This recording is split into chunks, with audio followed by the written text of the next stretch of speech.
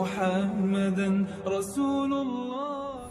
Bapak Ibu sekalian, saat perintah puasa itu diturunkan, hal pertama yang disampaikan oleh Nabi Shallallahu Alaihi Wasallam kepada para sahabat beliau pada masa itu dan berkelanjutan sampai kepada kita saat ini adalah menerangkan diantaranya tentang keutamaan Ramadan, untuk menjawab sekaligus mengentaskan hoaks yang pada saat itu dibangun oleh orang-orang Yahudi yang tinggal di Madinah. Jadi ketika mereka mengatakan orang Islam tuh nggak punya puasa, ikut kita. Ini puasa yang hebat, puasa yang bagus. Dijawab oleh Allah, turunlah perintah, ya ayyuhalladzina amanu kutiba alaikumus syiyam kama kutiba alal ladzina min qablikum la'allakum tattaqun. Setelah itu apa yang terjadi? Buka Sahih Al-Bukhari, kitab yang ke-30, Kitabus Shaum, posisi hadis yang nomor yang kedua di topik ini, riwayat dari Talhah bin Ubaidillah radhiyallahu taala anhu qala Rasulullah sallallahu alaihi wasallam. Perhatikan, ini kalimat pertama yang disampaikan Nabi menyambut kewajiban puasa. As-siyamu junnatun fala yarfuth wala yajhal wa in imru'un qatalahu aw syatamahu falyaqul inni sha'imun marwataini. La khulufu famis sha'imi atyabu indallahi yawmal qiyamati min rihil miski yatruku ta'amahu wa syarabahu wa syahwatahu min ajli. Ini poinnya. As-siyamu li wa ana ajzi bihi wal hasanatu bi asyri amthaliha. Kata Nabi, puasa kita ini yang kita tunaikan spesial, beda dengan yang lainnya. Jadi ketika Yahudi mengatakan puasa kami ini puasa yang hebat, yang bagus, yang diikuti oleh umatnya Muhammad sallallahu alaihi wasallam, turun ayat, komentar Nabi pertama apa? Puasa kita kepada para sahabat, kepada kita semua, ini puasa yang spesial. As-siyamu. Lihat diksinya. Awas Pak ya, Ibu jangan salah baca. As-siyam, bukan asyab. As-siyam. Disebutkan 9 kali dalam Al-Quran. Ada as-saum, ada as-siyam, itu beda. Kalau saum sekali disebutkan dalam Al-Quran, surah 19 ayat 26. Saum itu masih umum, kata umum untuk menunjuk kata imsak, menahan secara umum. Bisa berarti puasa yang ada ketentuan aturan, bisa berarti menahan secara singkat. Apa saja yang bersifat menahan, itu saum namanya. Contoh Sayyidah Maryam misalnya, beliau masih makan. Ya, ayat 24, 25 itu masih makan. Goyangkan pohon kurma, jatuh kurmanya, makan kurmanya. Mau minum, ambil airnya, minum. Masih makan, masih minum. Cuman diminta untuk saum. Apa saumnya? Inni nadhartu lirrahmani sauma falam ukallimal yauma insiya. Jangan bicara pada siapapun. Kamu dituduh, kamu berzina, jangan jawab, biarkan bayinya yang bicara, dan itu mukjizat pertama untuk Isa alaihi salam. Itu nanti dimulai di ayat 31 sampai 33 di surah Maryam surah 19. Tapi beliau diperintahkan saum. Saumnya apa? Jangan bicara. Jadi kalau bapak masih makan, masih minum, cuman nggak mau bicara dulu sama ibu, itu saum. Mau kemana Bi? Kok nggak jawab? Kenapa nggak bicara? Sedang saum. Saum apa? Nggak mau bicara sama mama. Itu bicara. Contoh. Itu saum. Kalau siam 9 kali disebutkan dalam Al-Quran, itu khusus, spesifik. Ada aturannya, ada ketentuannya, nggak boleh sembarangan, nggak bisa kemudian seenak kita melakukannya. Ada ketentuan yang dibuatnya dan itu harus diikuti. Begitu diikuti, maka keagungan dan keistimewaan ibadah itu akan dilekatkan pada pelakunya. Dan menariknya, perintah puasa itu ketika turun ayatnya Al-Baqarah 183, kalimatnya bukan menggunakan saum tapi siyam. Ya ayyuhalladzina amanu kutiba alaikumus. Nah kata Nabi, asyamu junnatun. Kalau benar puasa kita ini kita tunaikan yang Ramadan ini, maka dia akan melahirkan satu yang tidak ditemukan pada ibadah lain, yaitu junnah. Ada jinnah, ada jannah, ada junnah. Itu beda. Tapi semua katanya itu hurufnya sama, cuma harokatnya beda. Coba lihat ya. Ada junnah, jinnah, dan jannah. Jannah artinya apa? Surga. Jinnah artinya apa? Jin. Jamak dari kata jin. Minal jinnati wan Nas. Baik ya. Ada junnah, perisai. Itu ketiga-tiganya berasal dari huruf jim, nun, kemudian ta. Dalam bahasa Arab, setiap ada huruf dimulai dengan jim dan nun, itu pasti tersembunyi, gak kelihatan. Saya ulang ya. Setiap ada huruf dimulai dengan jim dan nun, kalimatnya itu pasti gak nampak, gak kelihatan. Janin, kenapa disebut janin? Karena masih tersembunyi dalam rahim ibundanya, gak kelihatan. Begitu keluar, tampak jadi bashar, jadi bayi yang terlihat. Jin, kenapa disebut dengan jin? Karena nggak nampak. Makanya fitrah jin itu Pak, Ibu, fitrahnya tersembunyi. Jadi kalau ada jin melakukan penampakan, itu jin sedang punya masalah. Betul, itu nyata. Dan yang lebih punya masalah, ada orang-orang manusia yang mencari-cari penampakan jin. Itu sedang kurang sehat itu. Ya. Betul, karena jin itu dipasangkan di Al-Quran dengan ins. 18 kali pasangan ini disebutkan. Itu lawannya langsung. Jadi jin tersembunyi, ins nampak. Ins itu kelihatan, makanya makhluknya tampak. Jadi kalau ibu ada bapaknya pulang ke rumah sembunyi-sembunyi, itu bapak sedang menjadi? Bukan.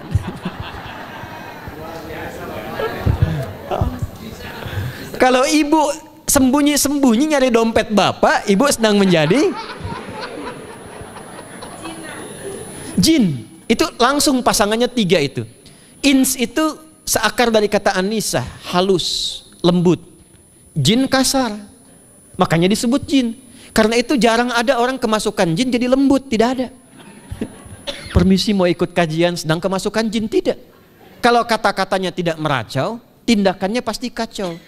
Karena itu fitrah manusia itu pasti lembut. Kalau ada orang kasar, pasti ada yang salah dalam pergaulannya. Balik. Itu jin. Jannah, kenapa disebut jannah? Karena belum tampak sekarang. Makanya Nabi katakan mala ainun ra'at, nggak sama dengan yang seperti dilihat orang. Nggak kelihatan, nanti kesuksesan tertinggi yang belum tampak disebut dengan jannah karena belum tampak.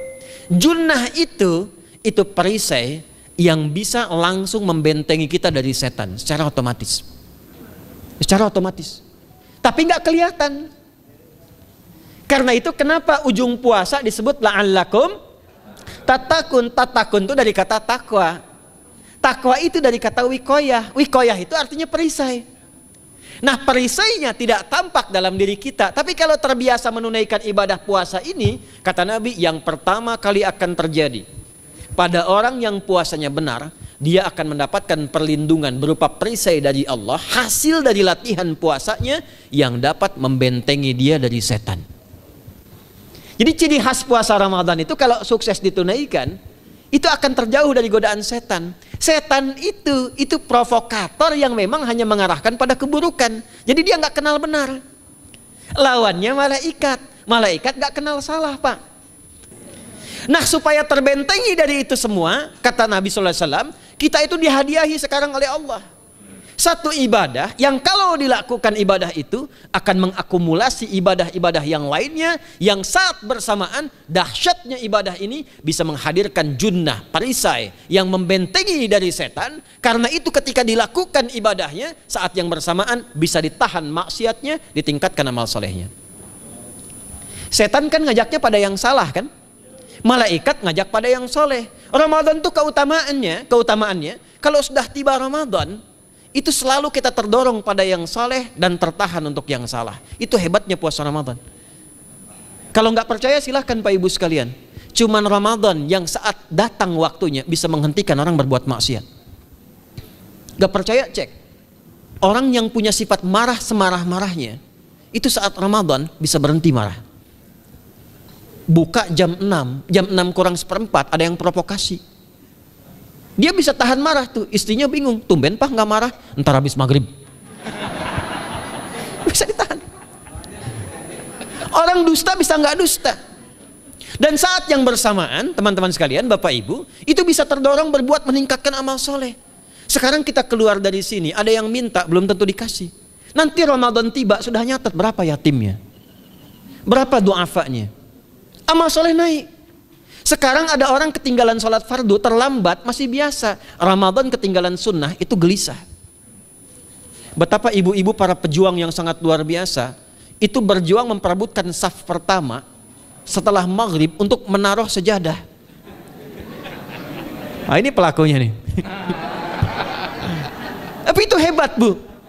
Saya tanya ibu kalau berjuang naruh sejadah setelah maghrib atau bahkan sebelum maghrib, itu sejadah disimpan di saf itu untuk kejar sholat apa? Tarawih, bukan isanya. Saya tanya pada ibu, tarawih itu hukumnya sunnah atau wajib? Sunnah. Ramadan itu jangan, kan yang fardu, ketinggalan sunnah bisa gelisah. Itulah Ramadan.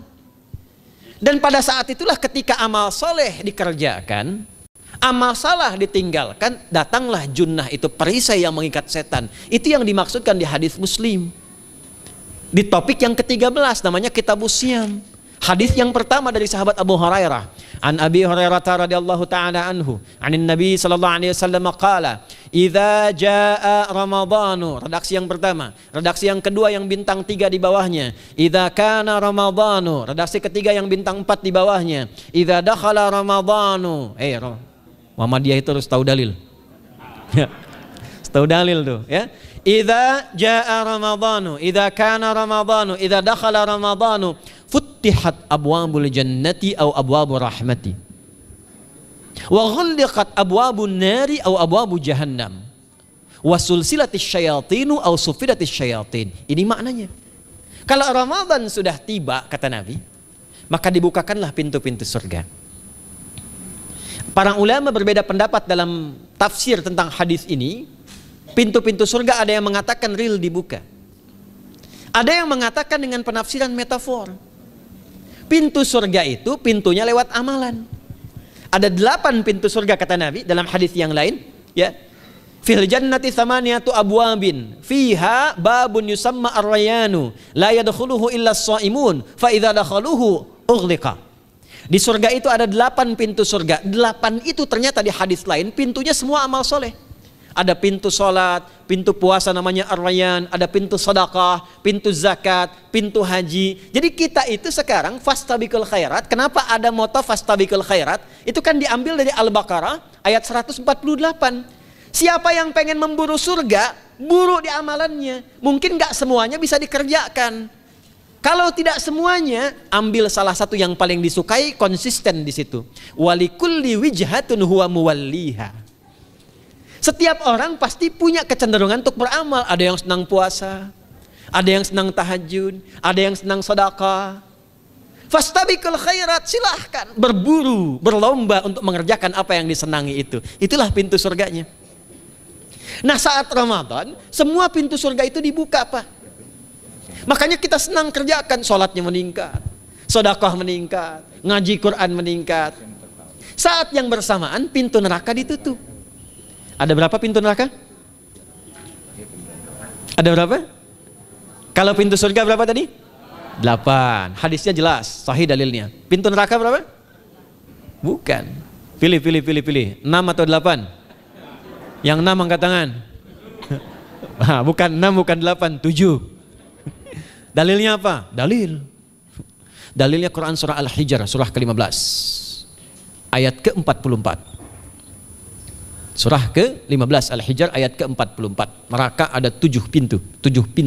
Dan dalam setiap pintunya nanti ada 19 malaikat yang menjaga. Alaiha tis'ata asyar. 7 pintu ini khusus Ramadan ditutup. Dan hati-hati, nama neraka itu ada 2 nanti. Neraka yang membakar, ini mungkin jadi baru informasinya bagi sementara orang. Neraka yang membakar dan neraka yang membekukan. Jadi ada 2 sifat. Saya ulang ya, neraka yang membakar dan neraka yang membekukan. Yang membakar disebut dengan Jahannam, yang membekukan disebut dengan Zamharir namanya. Zamharir.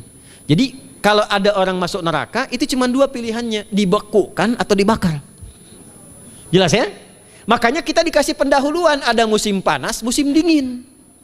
Supaya merasakan, nih orang musim dingin nih pakai lapisan-lapisan baju. Musim panas cari pendingin. Kamu sekarang cari pendingin, kata Allah, di neraka nggak ada AC. Kamu sekarang pakai berlapis-lapis, di neraka beku. Jahannam itu nama apinya.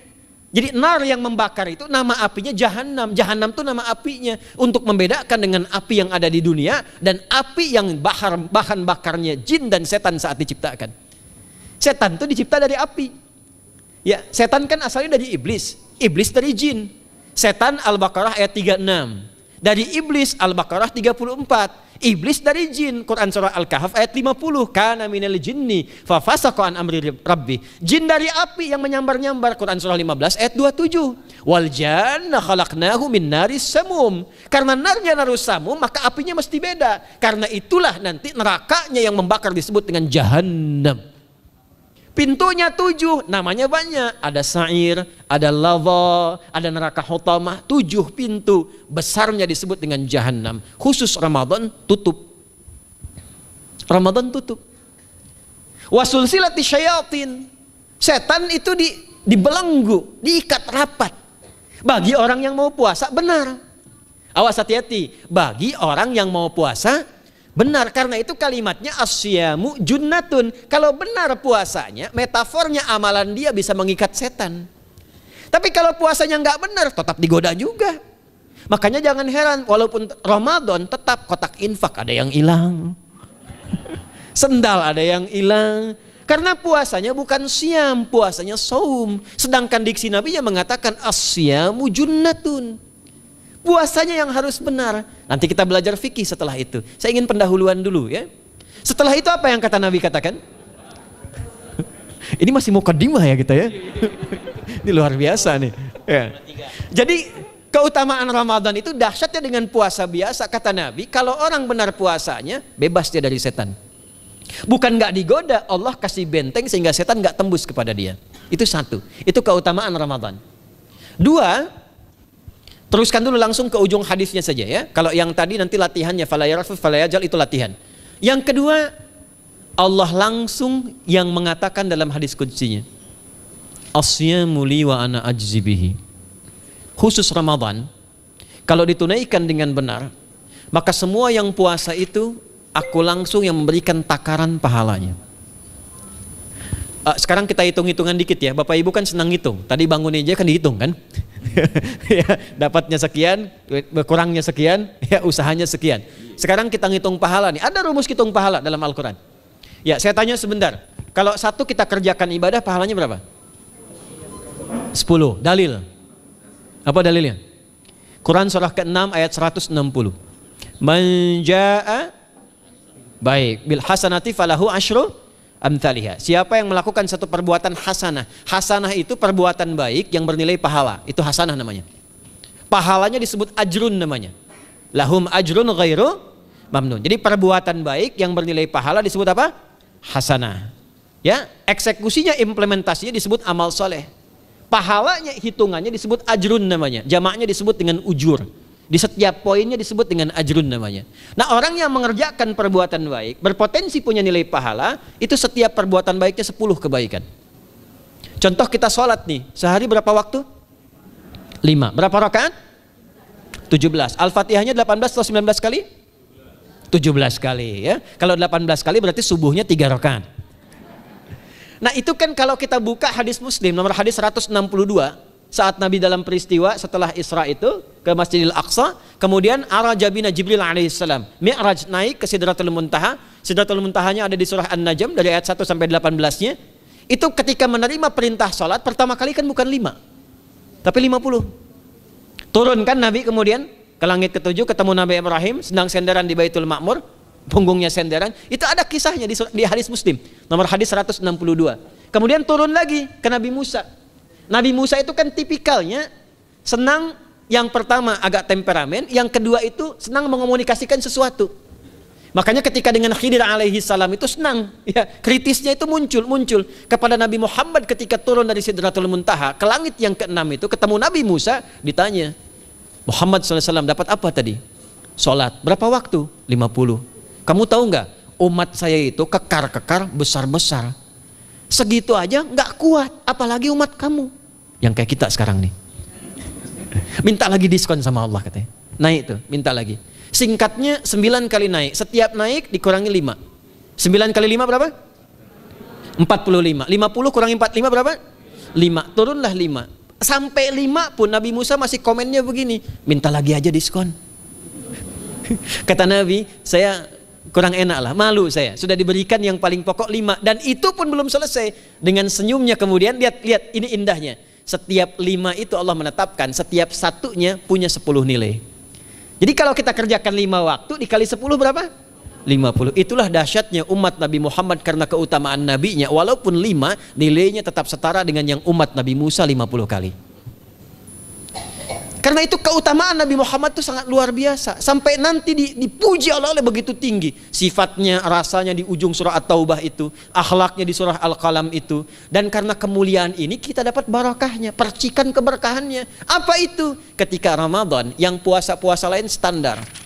Puasanya umat Muhammad SAW. Setiap puasanya itu pahalanya dilipat gandakan tak terbatas. Allah langsung menilai keikhlasan pada hambanya. Paling minimal kalikan 10 kali lipat lagi dari hari biasa. Wal hasanatu bi asyri amthaliha. Jadi kalau sekarang baca Quran sekarang ini, satu hurufnya berapa? Tahu dari mana? Ya, di At-Tirmidzi nomor hadis 2910. Man qara'a harfan min kitabillahi falahu asyru hasanat. Setiap ada orang baca satu kitabullah dengan syarat dia mukmin, muslim, baca satu huruf dari kitabullah, dapat 10 kebaikan. Satu hurufnya 10, Bu, Pak. Walam aqul alif lam mim harfun, saya tidak katakan kata Nabi alif lam mim satu huruf, walakin alifun harfun, lamun harfun, mimun harfun, walikulli harfin asyru hasanat. Tapi alifnya satu huruf, lamnya satu huruf, mimnya satu huruf, setiap hurufnya 10 kebaikan. Saya kalau ada papan tulis, saya turunkan ini pakai syarah ilmu arud. Itu dahsyat lagi. Arud itu menuliskan apa yang dikatakan, bukan menuliskan simbol yang ditunjukkan. Jadi kalau kita bilang alif, tulis alif. Dan alif itu kan ada 3 huruf, hamzah, lam, fa. Hamzah berapa huruf? Tulis lagi hamzah. Itu baca Quran kalau ikhlas pahalanya berlipat. Paling standar satu hurufnya 10 dan hampir nggak ada orang baca Quran cuman satu huruf. Nun. Udah dulu 10 lumayan. Nggak ada. Pasti banyak itu. Dan Ramadan lebih meningkat lagi. Dan dikalikan 10 lagi, itu paling standarnya satu huruf 100, Pak, Bu. Makanya Ramadan tuh limpahan pahala. Rugi orang kalau nggak ibadah saat Ramadan itu. Nabi aja itu tadarusan Quran sekali khatam. Saat tahun meninggalnya 2 kali khatam untuk ngejar kemuliaan-kemuliaan contoh bagi kita. Itu Ramadan. Jadi ini yang pertama menjadikan kita mesti sadar Ramadan beda dengan bulan biasa. Maka disampaikan oleh Nabi yang pertama ada pelipat gandaan pahala. Yang kedua ada perisai yang bisa menjauhkan kita dari setan. Yang ketiga, saya tutup mukadimahnya. Yang ketiga, hanya Ramadan yang siang malam melahirkan ampunan Allah Subhanahu wa taala. Siang malam. Kita kalau mau nyari ampunan itu bisa kapanpun minta ampun. Tapi ada waktu-waktu yang sangat strategis dan tempat-tempat yang sangat efektif mempercepat mengabulkan doa. Contoh waktu misal sepertiga malam. Itu cepat terkabul doa, hadisnya qudsi. Di antara azan dan iqamah. Waktu singkat di waktu Jumat, ada yang menafsirkan antara duduk khutbah 1 dan 2, ada yang menafsirkan waktu asar menjelang ke maghrib. Dan itu nanti sepeninggal Nabi ada di antara istri Nabi SAW memburu waktu singkat yang luar biasa ini untuk berdoa. Hafal doanya ya. Allahumma kfina bihalalika an haramik wa aghdina bi ta'atika an ma'siyatik wa bi fadlika amman siwak. Itu dibiasakan di hari Jumat dibacakan. Ya, hafal nggak? Nah, nanti diputar lagi videonya ya, kan ini kita sampai ini lihat lagi. Ya, kembalikan. Ada yang sifatnya tempat. Mihrab itu mustajab. Makanya kenapa imam itu di mihrab? Karena mewakili makmum untuk berdoa. Karena itu pilih imam yang betul-betul paham fikih salat, bagus bacaannya dan ngerti fikih salat supaya dia sebelum salat melihat ke belakang. Itu bukan cuma merapatkan barisan, tidak, untuk melihat siapa yang salat. Apakah tahan berdiri lama kalau dibacakan bacaan panjang? Atau ada yang buru-buru? Lalu bacaannya apa yang sesuai untuk makmumnya? Itu fikihnya. Karena itu tempatnya di mihrab. Dan mihrab itu viral, tempat yang cepat mengabulkan doa. Maryam itu punya mihrab. Nabi Zakaria saat minta keturunan, itu mohon kepada Allah di mihrabnya Maryam. Ali Imran ayat 38-39. Hunalika da'a Zakaria rabbah qala rabbi habli min ladunka dzurriyyatan thayyibah innaka sami'ud du'a. Fanadatul malaikatu wa huwa qa'imun yusalli fil mihrab. Cepat terkabul doa. Masjid cepat terkabul doa. Tapi Ramadan Itu menggabungkan semuanya. Nggak usah tunggu sepertiga malam. Siangnya diampuni, malamnya diampuni. Apa dalilnya? Untuk malam lekat dengan ibadah qiyam namanya. Man qama ramadhana imanan wahtisaban ghufira lahu ma taqaddama min. Siapa yang mampu menghidupkan Ramadan di malam harinya. Dan jangan salah Bapak Ibu sekalian, awas jangan salah ya. Ramadan itu satu paket ibadahnya. Bukan cuma puasa. Ramadan satu paket, ada paket siang, ada paket malam, dan nggak ada paket hemat. Full. Ada siang, ada malam. Dan itu semua sama, cuman beda satu huruf. Hadisnya sama, ibadahnya juga diksinya sama, cuman beda sehuruf. Malamnya qiyam, siangnya siam. Awas ya, malamnya apa? Qiyam, siangnya apa? Siam. Cuman beda satu huruf. Dan itu satu paket. Jadi kalau Anda tertinggal, jangan Anda lah, jangan kita. Kalau ada orang yang tidak mengerjakan semalam, misalnya qiyamnya, cuman siamnya, sah puasanya, benar sesuai rukun, sah. Cuman tidak sempurna keutamaan Ramadannya. Karena itu Allah mengatakan kalau sedang puasa, sempurnakan dengan ibadah malamnya. Itu ada di Al-Baqarah ayat 187. Tsumma atimmus syiyama ilal lail. Muqaddimatul lail, maghribnya untuk puasa, lail atasnya untuk qiyam. Orang yang mampu menghidupkan ibadah malam, jangan salah ya, nanti kita mulai puasa, insya Allah yang pertama dimulai ibadah malam, qiyam, bukan siam. Jadi jangan terlampau soleh, puasanya nanti nunggu fajar. Malam itu qiyam. Nah qiyam ini ada potensi ampunan dosa Pak Bu. Jadi kalau kita manfaatkan ibadah ini dengan benar, misal ya, kita kan nggak tahu ajal nih. Tiba kemudian kita manfaatkan qiyam bangun, ditunaikan dengan benar, itu Masya Allah. Meninggal misal dalam sujud, itu jaminannya, ghufira lahu ma taqaddama min dzambi. Siapa yang benar ibadah qiyamnya, sampai detik itu, ditunaikan karena imannya, ikhlas karena Allah, saat bersamaan dia introspeksi diri, begitu dia tunaikan, misal dia meninggal, misal saja, semua dosa-dosa yang pernah dia tunaikan diampuni pada saat itu. Ma itu tanpa batas. Ma taqaddama min dzambi, ma semua yang pernah dia kerjakan dalam hidupnya. Karena itu viral. Sayyidah Aisyah itu pernah minta petunjuk pada Nabi di hadis Muslim. Bertanya pada Rasulullah, ya Rasulullah, kalau malamnya saya pengen ibadah dan qadar Allah bertepatan dengan malam Al-Qadar, apa yang saya minta? Itu sampai diajarkan oleh Nabi doanya, dan doanya sahih. Di At-Tirmidzi dikuatkan lagi dengan lebih lengkap redaksinya. Kata Nabi, kalau engkau bersamaan dengan itu malam hari bangun, bersamaan, faquli, katakanlah, Allahumma innaka afuwun karim tuhibbul afwa fa'fu anni. Nanti di hadis yang Muslim, Allahumma innaka afuwun, di At-Tirmidzi ada kata karimnya, innaka afuwun karim tuhibbul afwa fa'fu anni. Itu malam Bu. Biasanya nunggu sepertiga malam, waktu sahar ya. Jadi waktu sahar itu waktu singkat menjelang fajar. Kalau subuh sekarang 4:08, itu kira-kira sahar tuh jam setengah 4 lah ya, 3:30 sampai jam 4 itu namanya sahar, bukan lail. Kalau lail dari ba'da isya sampai sahar. Sekarang isya setengah 8 misalnya, jam 8 tuh sampai setengah 4 namanya lail. Jelas ya? Lail tuh malam, jamaknya layali, turunannya lela, lili, lala, itu malam ya. Ibu leli, ibu malam-malam gitu ya. Gitu. Nah itu waktu menjelang fajar setelah lail, sahar, jamaknya ashar. Ashar itu disampaikan di Al-Quran, waktu terbaik untuk istighfar. Quran surah 51 ayat 18. Wabil ashari hum yastaghfirun. Yang biasa istighfar berpeluang dapat ridho Allah dan disiapkan surga terbaik, melebihi kemewahan dunia. Itu ada di ayat ke-16, 17, 18.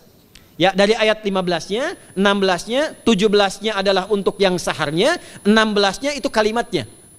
Ya, 16-nya yang dengan mengatakan Rabbana amanna faghfir lana dzunubana wa qina adzabannar. Ayat 17-nya as-sabirina was-sadiqina wal qanitina wal munfiqina wal mustaghfirina bil ashar. Itu hari biasa seperti sekarang. Ramadan dari ba'da isya sampai terus lagi sampai masuk waktu fajar, siangnya pun masih ada ampunan Allah.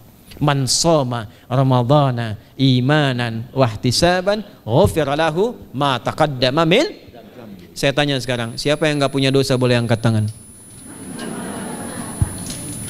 Yang dosanya banyak boleh angkat tangan. Tuh, saking banyaknya kita nggak bisa ngangkat. Sekarang rubah kalimatnya, yang ingin masuk surga angkat tangan. Insya Allah. Yang ingin surga Firdaus angkat tangan. Tuh. Maka ironi itu tampak dalam perilaku kita. Pengen ke surga, tingkatan Firdaus, tapi ngaku dosa banyak. Itu dia. Maka Allah punya sifat Rahman dan Rahim. Rahman untuk dunia, Rahim untuk akhirat. Maka diberikanlah kesempatan Ramadan untuk menggugurkan semua dosa itu. Karena itulah Bapak Ibu sekalian, penting kita menyiapkan, karena nunggu Ramadan itu nggak mudah. Dan nggak semua orang itu akan sampai kepada momen yang dimaksudkan. Karena itulah malaikat Jibril itu langsung komen. Ya, jadi ada dua riwayat nih. Nabi yang berdoa, malaikat yang mengaminkan. Ada malaikat yang berdoa, Nabi yang mengaminkan. Jadi Nabi akan naik memberikan tausiah di mimbarnya. Mimbar Nabi itu ada 3 gundakan. Begitu naik ke gundakan pertama, ada 3 gundakan. Lalu tibalah kemudian beliau bersabda.